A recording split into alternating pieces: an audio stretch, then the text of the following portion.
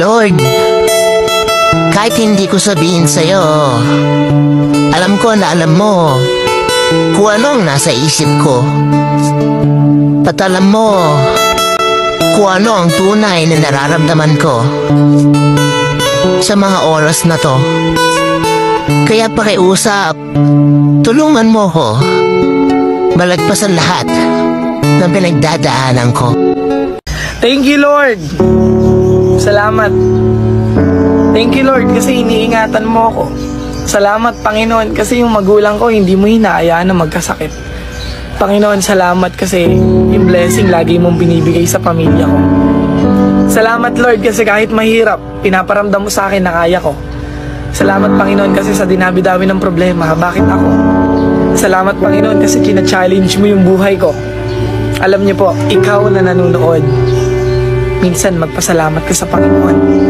Maganda man o pangit yung nangyayari sa buhay mo, matuto kang magpasalamat sa Panginoon. Dahil siya lang naman yung dahilan kung bakit ka matibay, kung bakit ka lumalaban, kung bakit may nakakaharap kang mga problema. China-challenge ka ng Panginoon dahil alam niyang kaya mo. Ang dami kong dapat ipagpasalamat sa iyo, Lord, kasi may mga laban at problema ako sa buhay na hindi mo ako iniwan. May mga laban ako na kahit kailan hindi mo ako pinabayaan. Salamat po, Lord, kasi araw-araw nakakaraos. Salamat kasi araw-araw ligtas. Salamat kasi hindi mo hinahayaan na magkasakit. Salamat dahil kahit na kailan hindi mo ako pinababayaan, pati ang pamilya ko. Lord, huwag kang magsawang samahan ako, ha. Marami pa po akong laban na dapat maipanalo. Samahan mo po ako hanggang sa matupad ko lahat ng mga pangarap ko.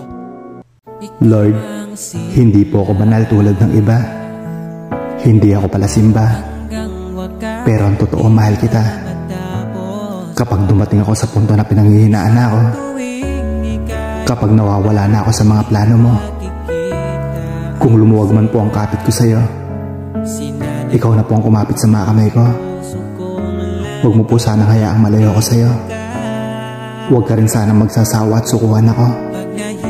Dahil mahina po ako. Ikaw naman yung natitirang lakas na meron ako. Lord, kahit hindi ko sabihin sa'yo, alam ko na alam mo kung ano ang nasa isip ko. At alam mo kung ano ang tunay na nararamdaman ko sa mga oras na to. Kaya pakiusap, tulungan mo ko malagpasan lahat ng pinagdadaanan ko. Thank you, Lord. Salamat. Thank you, Lord, kasi iniingatan mo ako. Salamat, Panginoon, kasi yung magulang ko hindi mo hinahayaan na magkasakit. Panginoon, salamat kasi yung blessing lagi mong binibigay sa pamilya ko. Salamat, Lord, kasi kahit mahirap, pinaparamdam mo sa akin na kaya ko. Salamat, Panginoon, kasi sa dinabi-dabi ng problema, bakit ako? Salamat, Panginoon, kasi kina-challenge mo yung buhay ko. Alam niyo po, ikaw na nanonood, minsan magpasalamat ka sa Panginoon. Maganda man o pangit yung nangyayari sa buhay mo, matuto kang magpasalamat sa Panginoon. Dahil siya lang naman yung dahilan kung bakit ka matibay, kung bakit ka lumalaban, kung bakit may nakakaharap kang mga problema. China-challenge ka ng Panginoon dahil alam niyang kaya mo.